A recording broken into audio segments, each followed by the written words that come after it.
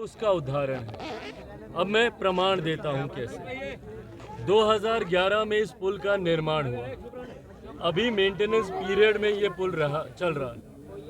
उस दौरान अगर इस पुल के साथ ऐसा हादसा होता है तो इससे दो चीज़ें सामने आती हैं। या तो इसके निर्माण के दौरान ही इस तरीके के घटिया सामान का इस्तेमाल किया गया जिसकी वजह से आज ये पुल इस हालत में आया, और या फिर जो लंबे समय से स्थानीय लोग भी जिस बात को लेकर आंदोलन करते रहे, हम लोगों ने भी उस आंदोलन में उनका साथ दिया, उनकी बात को प्रदेश सरकार तक पहुंचाने का काम किया। बार बार वो आग्रह कर रहे थे कि जो बालू का खनन यहाँ पे होता है उसको इस पुल के आसपास होने से रोका जाए। स्थानीय ग्रामीण आग्रह करते गए, आंदोलन करते गए, कर करके थक गए, पर राज्य सरकार के कान पर जूं तक नहीं रेंगी।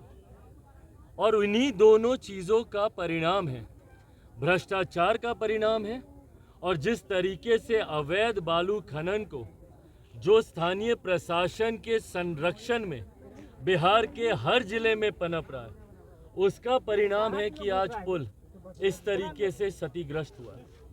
अगर उस खनन को होने से रोका जाता तो संभवतः फिर भी उस पिलर को कुछ बल मिलता। अगर शुरुआत में ही इतने मजबूत सामग्री का इस्तेमाल किया जाता तो मेंटेनेंस पीरियड रहने के बावजूद पुल इस तरीके से धराशायी नहीं होता।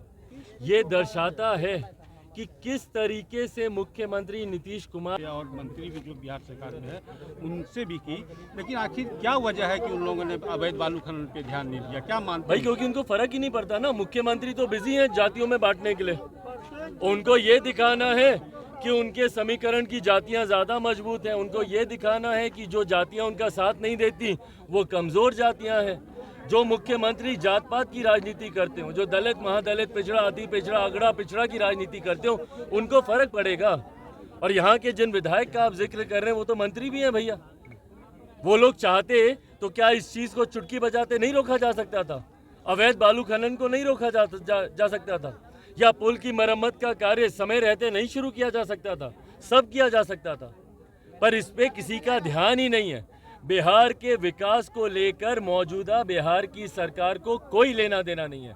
बिहार के लोग जिए या मरे, मुख्यमंत्री अपना जातीय समीकरण बैठाएंगे और उसी के आधार पर चुनाव जीतने का काम करेंगे। जातीय जनगणना को लेकर आपने छेड़ दिया है, तो अभी तेजस्वी का कल सहरसा में बयान आया है कि अगर आपकी इतनी चिंता है जातीय जनगणना की सही नहीं हुआ है तो आपकी तो केंद्र में सरकार है, आप केंद्र से भाई जब हम लोगों को एक मिनट केंद्र से जातीय जनगणना करा लीजिए। और चिराग जी का तो यही काम है, सुरक्षा लेना, टीटीएम करना, आका को खुश रखना। भाई जब हम लोगों को कराना होगा, जो उन्होंने मुझ पर व्यक्तिगत टिप्पणी की मैं उस पर कुछ नहीं कहूँगा। मैंने कहा मेरे छोटे भाई हैं, वो जो बोलना चाहे बोल ले, पर जो उन्होंने कहा केंद्र सरकार को, भाई जब हमको कराना होगा केंद्र सरकार को, जब ये ज़रूरी लगेगा हम लोग करवाएंगे।